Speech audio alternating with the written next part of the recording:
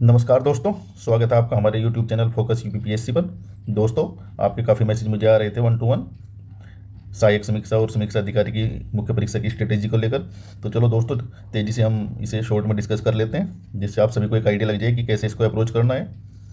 देखिए दोस्तों, स्ट्रेटेजी सबकी अपनी अलग अलग होती है। तो जो लोग फ्रेशर्स हैं उनके लिए मैं थोड़ा डिटेल में डिस्कस करूंगा, और जो लोग एक्सपीरियंस है वो मोटा मोटी देख कर इस वीडियो को निकल सकते हैं या फास्ट फॉरवर्ड करके देख सकते हैं। दोनों की स्ट्रेटेजी अलग है। जैसे अगर हम देखते हैं कि फ्रेशर्स को थोड़ा डिटेल में पढ़ना पड़ेगा। सपोज करो उनका अगर अभी हिंदी उन्होंने नहीं पढ़ी है तो हिंदी पढ़नी पड़ेगी पहले। और जीएस मैं मानता हूँ कि जीएस तो सभी का लगभग समान होगा, क्योंकि आप लोग प्रारंभिक परीक्षा उत्तीर्ण कर चुके हैं। तो जीएस के प्रश्न पत्र में आपको अधिक दिक्कत नहीं होनी चाहिए मेरे हिसाब से। और एक्सपीरियंस कैंडिडेट जिन्होंने 2 या 3 बार पहले समीक्षा अधिकारी या पीसीएस मेंस दे चुके हैं, उनको ज़्यादा कुछ सलाह देने की ज़रूरत मैं नहीं मानता कि होगी। वो सब जानते ही हैं कि जैसे आपको निरंतर अभ्यास करना है, टेस्ट सीरीज देनी है, और हिंदी और निबंध एक्चुअली जो होता है ये सबसे मोस्ट इग्नोरेंट पार्ट होता है। सभी से लोग इसको थोड़ा फ्रेशर्स हो या एक्सपीरियंस इसको इग्नोर कर देते हैं। लेकिन प्रारंभिक परीक्षा के बाद भी आप समझ गए होंगे कि जिसकी हिंदी स्ट्रॉन्ग थी उसका सिलेक्शन इसमें बड़ी आसानी से हो गया है। यही अप्रोच आपको मुख्य परीक्षा में भी लेनी पड़ेगी। हिंदी अगर आपकी अच्छी है और निबंध अच्छा है तो आपको दूसरे लोगों से एक्स्ट्रा एज मिलती है। इसलिए फ्रेशर्स हो या आप एक्सपीरियंस हो, दोनों हिंदी और निबंध को तो देखते ही चले साथ साथ। जीएस आपका चलता ही रहेगा जैसे कि पहले चल रहा है। दोस्तों, सबसे पहले तो सिलेबस आपको देखना पड़ेगा, उसके अकॉर्डिंग हम अपनी स्ट्रेटेजी बना सकते हैं। देखिए सिलेबस, इसका पीडीएफ आप हमारे टेलीग्राम चैनल से ले सकते हैं, मैंने डाल दिया है वहाँ पर। तो अब आप देखते हैं सिलेबस में पहला पेपर जो हमारा है सामान्य अध्ययन का, ये बिल्कुल सेम ऐसा ही है जैसा हमारा पीसीएस प्री या आरओ प्री होता है। आरओ प्री में हिंदी होते हैं, इसमें हिंदी ये अलग से इसमें नहीं होती। हिंदी के पेपर के साथ हिंदी आती है ऑब्जेक्टिव टाइप। तो ये 120 नंबर का है। और दोस्तों इसमें एक मार्क्स का ही एक क्वेश्चन होता है, तो 120 प्रश्न आएंगे और 120 ही पूर्णांक इसके हैं। तो ये तो आपका ऑलरेडी हो चुका होगा, और नहीं हुआ है तो भी आप इसे साथ साथ करते जाइए। अभी टाइम है काफ़ी, 2-3 महीने तो मिनिमम होंगे ही, जैसे आयोग से खबरें मिलती हैं उसके अकॉर्डिंग। फिर भी ज़्यादा विलंब आप मत कीजिए, क्योंकि फिर पीसीएस मेंस भी आएगा और अगले साल का प्री भी आएगा पीसीएस, उसकी भी तैयारी में लगना है। तो इसलिए ये पार्ट आप अभी करते चलिए, समीक्षा अधिकारी के दोनों पार्ट ये आप थोड़ा थोड़ा देखते चलिए। अभी से रोज़ आधा 1 घंटा 2 घंटा इसको देते रहिए आप सामान्य अध्ययन को। ये आपके हमेशा काम आएगा, इधर भी आएगा, पीसीएस प्री में भी आएगा, मेंस में भी आएगा, देख लीजिए दोस्तों। उसके बाद सामान्य हिंदी, जो भी एक क्रूशियल रोल इसमें प्ले करता है। ये 100 अंकों का आपका पेपर होगा, जो हिंदी ड्राफ्टिंग है, हिंदी सामान्य हिंदी ड्राफ्टिंग जिसको आप लेखन बोलते हैं। तो इसके ये प्रश्न आप देख सकते हैं, इसमें 5 प्रश्न आएंगे। और गद्यांश का शीर्षक, सारांश, और तीन तीन भी आ सकते हैं, कभी कभी एक भी दे सकता है। वैसे जनरली 3 रेखांकित अंशों की व्याख्या करने के लिए बोलता है। तो ये आपका 21 नंबर का, ये बड़ा ही, देखिए आप अभी देख सकते हैं कि सबसे बड़ा पार्ट यही है। ये अगर पत्र लेखन आप छोड़ दिए 24 नंबर का, लेकिन इसमें 3 पत्र होते हैं अलग अलग, और ये अकेला प्रश्न 21 नंबर का आपका है, जिसमें 3 नंबर का आपका शीर्षक रहेगा, सारांश रहेगा 6 नंबर का, और रेखांकित अंकों की व्याख्या ये 12 नंबर की रहेगी व्याख्या। अब इसमें 3 व्याख्या पूछ सकता है, 2 भी पूछ सकता है, 1 भी पूछ सकता है, कभी कभी 1 पूछता है। सामान्यतः 3 रेखांकित अंकों देता है, अंश देता है, और उसकी व्याख्या पूछता है। तो व्याख्या वाला पोर्शन सब सोचते हैं कि मैं ऐसे ही लिख दूंगा, कुछ भी थोड़ा सा एक्सप्लेन कर दूंगा और नंबर मिल जाएंगे। दोस्तों यहाँ भी नंबर काफ़ी वेरी करते हैं। कुछ लोगों के हैं 70% भी आते हैं, और कुछ के 50 से भी कम 40% भी इसमें नंबर देता है आपका। इसमें आपको कई चीज़ों की ध्यान रखना पड़ता है कि व्याख्या आप अच्छे से करें। जैसे कि व्याख्या का अर्थ दोस्तों ये कि हम एक छोटा सा हमें एक लाइन दी हुई है और उसको हम अच्छे से कितना अच्छे से हम समझा सकते हैं ऐसे व्यक्ति को भी जिससे कोई नॉलेज नहीं है उस सब्जेक्ट के बारे में, जो गद्यांश में जो टॉपिक दिया है। सपोज करो किसी को उसकी कोई नॉलेज नहीं है और हमें कोई व्याख्या करने को बोलता है, तो हम कैसे समझाएंगे उसको? अच्छे से एक्सप्लेन करेंगे, कुछ उदाहरण देंगे, कुछ टिप्पणी करेंगे, तो ये सब व्याख्या में सम्मिलित होता है। तो व्याख्या आपको देखनी चाहिए।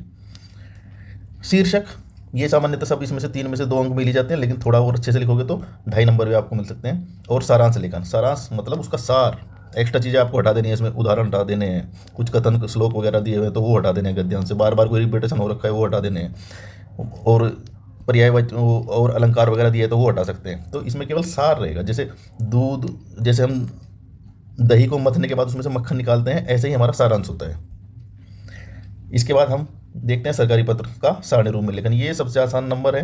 आपको एक पत्र दिया होगा और उसका सारणी में बनाना होगा, और ये अगर आप अच्छे से कर लोगे तो आप आराम से इसमें से 10 नंबर आराम से मिल सकते हैं। सामान्यतः 7 नंबर मिलते हैं अगर एवरेज लिखोगे तो। अगर अच्छे से इसके भी जो पार्ट है उनमें पहला जैसे संख्या है, क्रम संख्या, उसमें कोई ज़्यादा दिमाग नहीं लगाना। फिर प्रेषक है, विषय है, प्रेषिति है, ये सब एज इट इज उतार देना है। लेकिन जो लास्ट वाला पार्ट इसमें होता है कि विषय एवं आशय क्या है, वो सबसे ज़्यादा इंपॉर्टेंट होता है, क्योंकि उसी में आपको ये समझाना होता है कि ये पूरा पत्र किस चीज़ के लिए, ये जो सारणी है पत्र का आशय क्या है।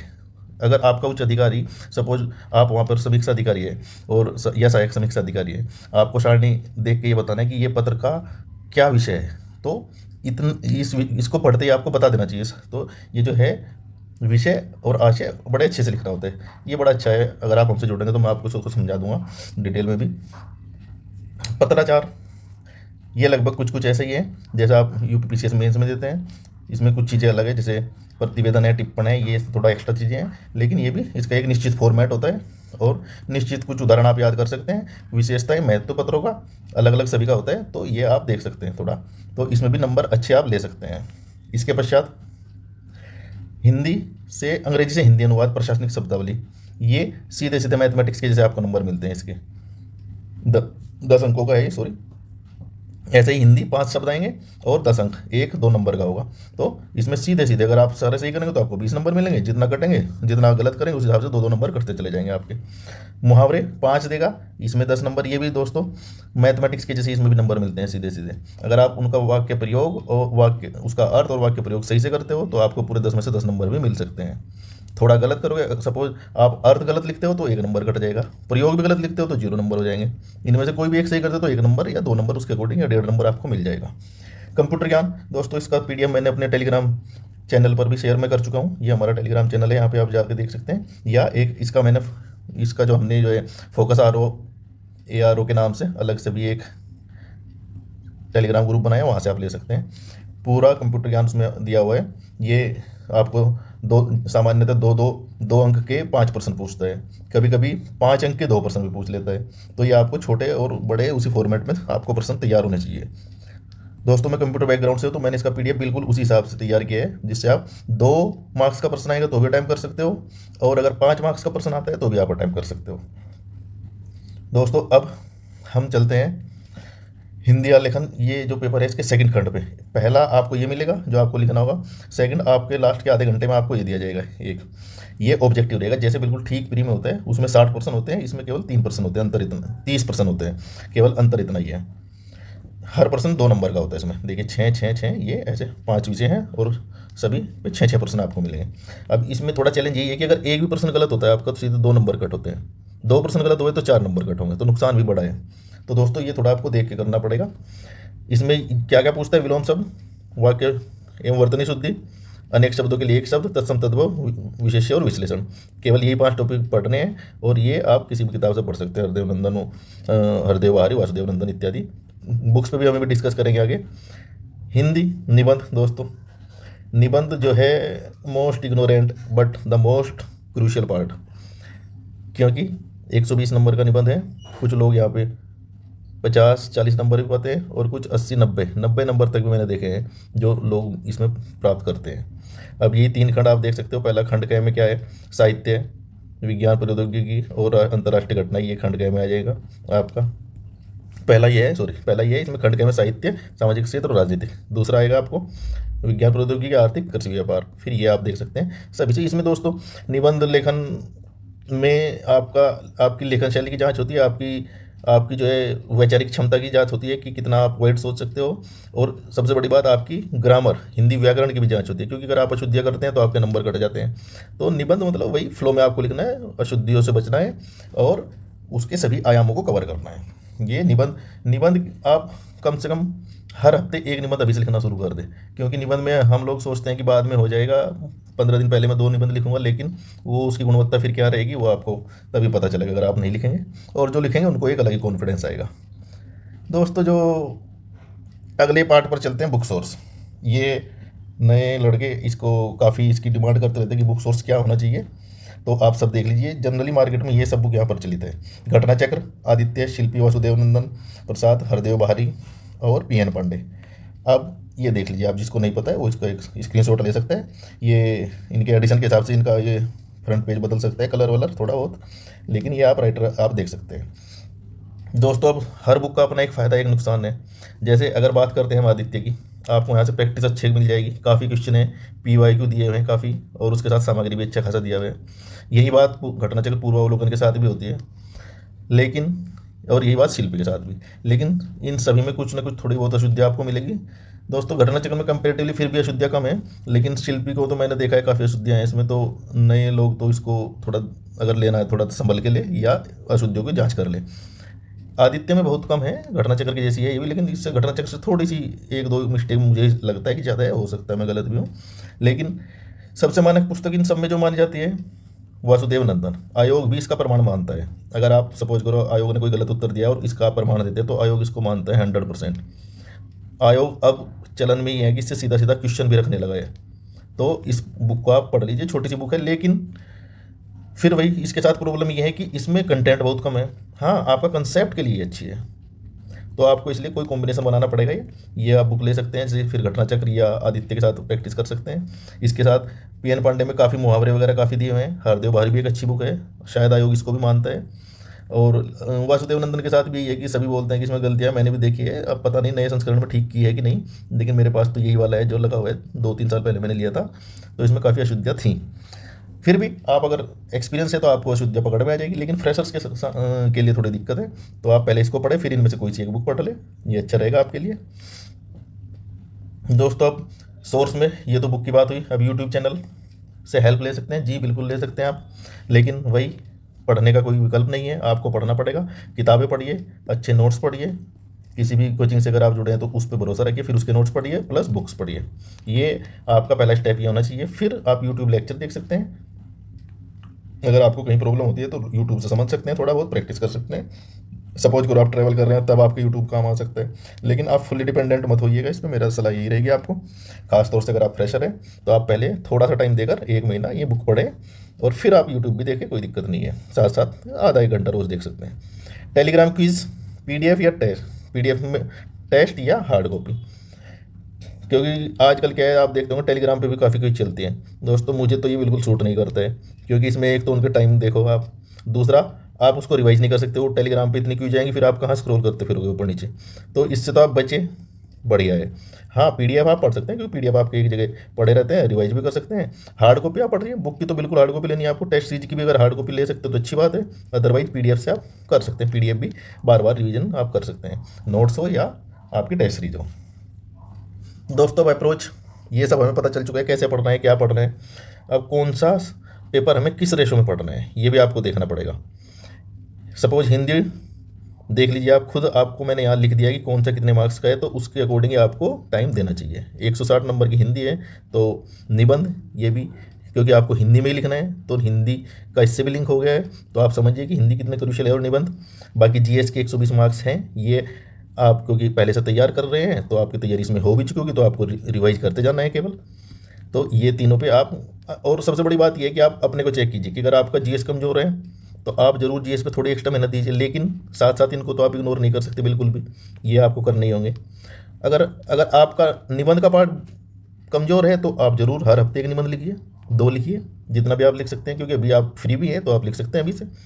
हिंदी ऑब्जेक्टिव ये सबसे अच्छा पार्ट है, हिंदी ऑब्जेक्टिव और ड्राफ्टिंग दोनों ही, क्योंकि हिंदी ऑब्जेक्टिव तो सीधा अगर 60 में से 60 भी आप ला सकते हो मैथमेटिक्स के जैसे। हिंदी आप बार बार प्रैक्टिस कीजिए, टेस्ट सीरीज लगाइए, किताबें पढ़िए। ड्राफ्टिंग के लिए आप टेस्ट सीरीज ज्वाइन कर सकते हैं, हमारी भी एक अच्छी टेस्ट सीरीज चल रही है, इसमें काफ़ी छात्र जुड़कर लिख रहे हैं, जो PCS पहले से जुड़े हैं, वो बैच अब तक हमारा चल रहा है। आप चाहे तो संपर्क कर सकते हैं, हमारे इस नंबर पर व्हाट्सअप कर सकते हैं, या इधर मैसेज कर सकते हैं, या इस नंबर पर टेलीग्राम भी कर सकते हैं, सेम नंबर पर। दोस्तों लेकिन ये प्रैक्टिस आपको अभी करनी पड़ेगी, क्योंकि बाद में नहीं हो पाएगी, ये बात मेरी मान लीजिए, क्योंकि ये अभी जो टाइम है, अभी जब तक आपका PCS प्री का रिजल्ट नहीं आएगा तब तक आप इधर उधर दिमाग रहेगा, तो बेटर है कि आप लिखना शुरू कर दें, तब तक आप इसको निपटा भी देंगे 1 महीने के अंदर, इससे ज़्यादा का ये काम नहीं है।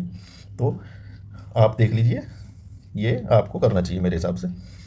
इंपॉर्टेंस ऑफ टेस्ट सीरीज, काफ़ी लोग बोलते हैं कि मैं सर पढ़ूँ पहले या टेस्ट सीरीज लगाऊँ।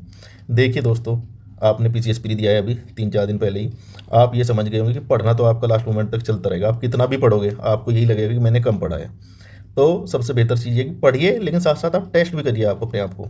टेस्ट सीरीज का सबसे बड़ा फ़ायदा ये है कि आपका रिवीजन होता है। दूसरा, आप कुछ चीज़ें अगर आप छूट गई है, सपोज करो कोई टॉपिक आपने नहीं पढ़ा, विलोम शब्द नहीं पढ़ा, तो वो आप कर सकते हैं। तीसरा, आपको ये पता चल जाएगा आपका कौन सा एरिया कमज़ोर है। सपोज आप जीएस की टेस्ट सीरीज करें तो आपको पता चलेगा मेरा हिस्ट्री कमज़ोर है जी, मेरा पॉलिटी कमज़ोर है, तो या तो आप करते रहिए टेस्ट सीरीज। इसको भी आप हार्ड कॉपी या पीडीएफ किसी से भी कर सकते हैं, बस क्विज से बचिए टेलीग्राम क्विज, क्योंकि वो थोड़ा बोरिंग काम होता है, टाइम वेस्ट ज़्यादा होता है, उसका आउटपुट कम मिलता है। तो टेस्ट सीरीज आप ले सकते हैं दोस्तों। अब how we can support you, हमारी टीम आपके लिए क्या कर सकती है दोस्तों। हमने जैसे मैंने बताया, हमारे टेलीग्राम ग्रुप जो है इसमें हमारे कंटेंट हम प्रोवाइड कर रहे हैं, यूट्यूब पे हम लेक्चर आपको दे रहे हैं, और फोकस ROARO के नाम से एक अलग ग्रुप इसीलिए बनाया कि जिसको PCS का नहीं करना है, केवल इससे जुड़ना है, तो वो इस टेलीग्राम ग्रुप से जुड़ सकता है। इस पे मैं अभी तक 25 टेस्ट फ्री करा चुका हूँ, आपके मिनी टेस्ट, जिसमें प्रशासनिक शब्दावली और कंप्यूटर ज्ञान के प्रश्न कवर हो चुके हैं। इनका आपको कुछ पेपर्स का मॉडल आंसर भी वहाँ प्रोवाइड करा दिया गया है, और प्रशासनिक शब्दावली का कंटेंट भी आपको अच्छा खासा दिया गया है। दोस्तों मेरा मानना ये है कि आपको अत्यधिक कंटेंट के पीछे मत नहीं भागना चाहिए, क्योंकि सबसे बड़ा हमारा जो फेलियर का कारण होता है वो PCS प्री हो या मेंस हो या ROARO प्री या मेंस हो, ये होता है हमारा लालच। हम रहते हैं लालच में कि ज़्यादा से ज़्यादा पढ़े, जबकि आपको कम से कम पढ़कर ज़्यादा से ज़्यादा रटना चाहिए। रटना ये कोई शर्म की बात नहीं है, इसमें आपको रटना ही पड़ेगा। आपको देखा होगा PCS प्री में भी आपको लग रहा होगा कि सारे प्रश्न मेरे देखे हुए हैं लेकिन रटे नहीं थे, इसलिए गलत हो गए। जिन लोगों ने रटा हुआ है उनका अच्छा होता है। यही आप टेस्ट सीरीज करेंगे तो आप बार बार आपके रटा जाएगा, याद हो जाएगा, रिवीजन हो जाएगा। तो हमारी टेस्ट सीरीज पे चल रही है, आप उसके लिए संपर्क कर सकते हैं हमसे। इसी नंबर पे आप जुड़ सकते हैं, टेलीग्राम कर सकते हैं या व्हाट्सअप भी कर सकते हैं, ये ग्रुप आप ज्वाइन कर सकते हैं। तो दोस्तों आपका ज़्यादा समय न लेते हुए मैं विराम दूंगा यही वीडियो को, और अगर आपको कोई भी डाउट है तो आप कमेंट में पूछिए या आप व्हाट्सअप कर सकते हैं, किसी भी चीज़ को लेकर, मेंटरशिप को लेकर, टेस्ट सीरीज को लेकर, या अन्य हमारी टेस्ट सीरीज से जुड़े ना जुड़े कोई भी समीक्षा अधिकारी को लेकर कोई भी डाउट अगर आपको है तो आप कमेंट कीजिए। और अगला वीडियो आप किस टॉपिक पर चाहते हैं हमें ये भी बताइए। अभी जल्दी ही मैं सोच रहा हूँ कि हिंदी का ऑब्जेक्टिव इस पर शुरू किया जाए, तो देखते हैं दोस्तों कितना जल्दी ये सब हो पाता है। आप लोगों का सहयोग रहेगा तो ज़रूर करते हैं। हमारे चैनल को आप सब्सक्राइब कीजिए, लाइक कीजिए और दोस्तों के साथ शेयर कीजिए। धन्यवाद दोस्तों, पढ़ते रहिए, सिलेक्शन लेकर रहिए। जय हिंद।